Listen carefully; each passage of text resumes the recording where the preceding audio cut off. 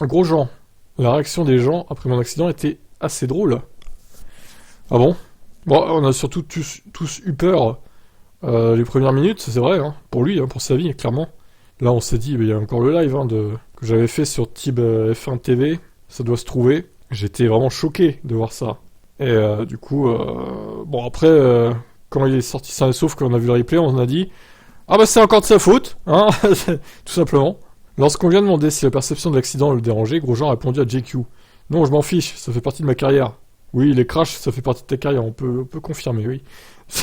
Ça fait surtout partie de ma vie. Surtout aux États-Unis parce que le public est très nouveau en Formule 1. Beaucoup de gens se souviennent de cet accident. Ils n'ont jamais vu mes podiums de 2012 et 2013.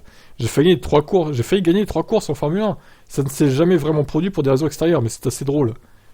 Oui, mais entre failli gagner et gagner, voilà, force est de constater que Gasly a gagné, Ocon a gagné, et pas toi, Romain. Eh oui, désolé, hein, c'est la vérité pourtant. J'ai rencontré des gens qui me connaissent depuis l'époque de Lotus en Formule 1 et qui disent qu'ils ont tout suivi.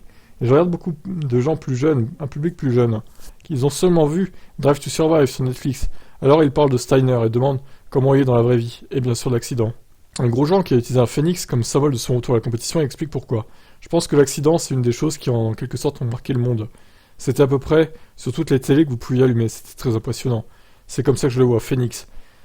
Ouais, enfin bon, voilà, ça lui fait de la pub, mais est-ce que c'est vraiment une bonne pub au final? Bah non, hein, je pense pas. Hein. Ça aurait pas été de sa faute encore, bon. Mais là, bon, il est quand même fautif. Hein. Il a tourné alors qu'il y avait Kiat derrière, qui arrivait sur lui. Bon, il a peut-être pas vu. Certes, ça va tellement vite, mais bon, quand même, quoi. Ce n'est pas nécessairement lié à l'incendie, mais c'est la façon dont vous pouvez vous relever de quelque chose qui pourrait vous détruire, mais l'utiliser de façon positive et vous élever à partir de là. Très bien, bon. Alors, moi je pense, honnêtement, il a quel âge Romain Grosjean là? Il a 36, ouais, c'est un peu chaud quand même. Parce que je me dis, au final, s'il y a 2 nouvelles écuries, alors en 2025, comme ils ont prévu là, la FIA, ça ferait 4 backers en plus sur la grille.